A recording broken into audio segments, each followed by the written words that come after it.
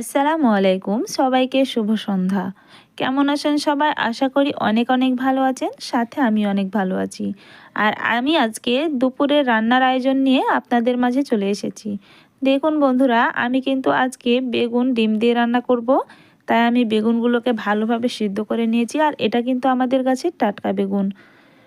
এখন দেখুন আমি কিভাবে রান্না করছি, আর রান্না পুরোপুরি দেখতে আমার সাথেই থাকুন।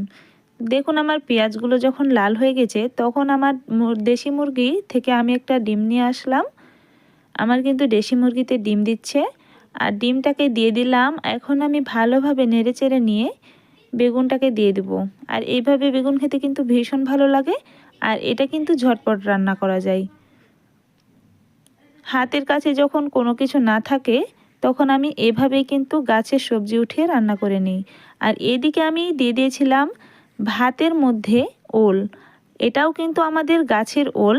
আর এভাবে কিন্তু ওল সিদ্ধ করলে ভীষণ ভালো লাগে। ভর্তা কিন্তু একদম আঠালো হয়ে যায়। দেখুন আমার ভাত খুলানো হয়ে গেছে, আর আমি কিন্তু গ্রামের বউ, গ্রামের মেয়ে। আর আমার গ্রামের প্রাকৃতিক সৌন্দর্যভাবে আর গ্রামের রান্না খেতে ভীষণ ভালো লাগে।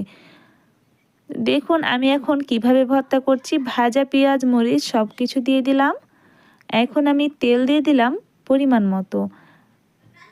এখন গ্লাস দিয়ে আমি এগুলোকে ভালোভাবে ভেঙে নেব।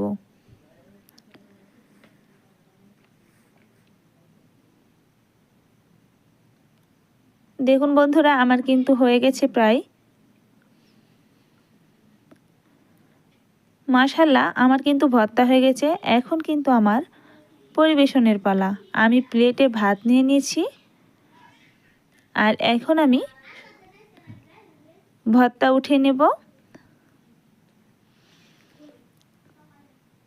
দেখুন ভর্তাটা কতটা আঠালো হয়েছে যে চামচ থেকে পড়তেই চাইছে না। সাথে নিয়ে নেব বেগুনের তরকারিটা। এইভাবে গরম গরম ভাত খেতে কেমন লাগে অবশ্যই কমেন্টে জানাবেন।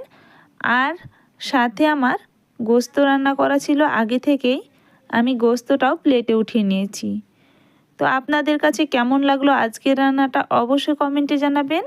আর আমার ভিডিওটাকে ভালো লাগলে অবশ্যই সাবস্ক্রাইব করে দিবেন। মাশাল্লাহ, অসাধারণ খাবার হয়েছে।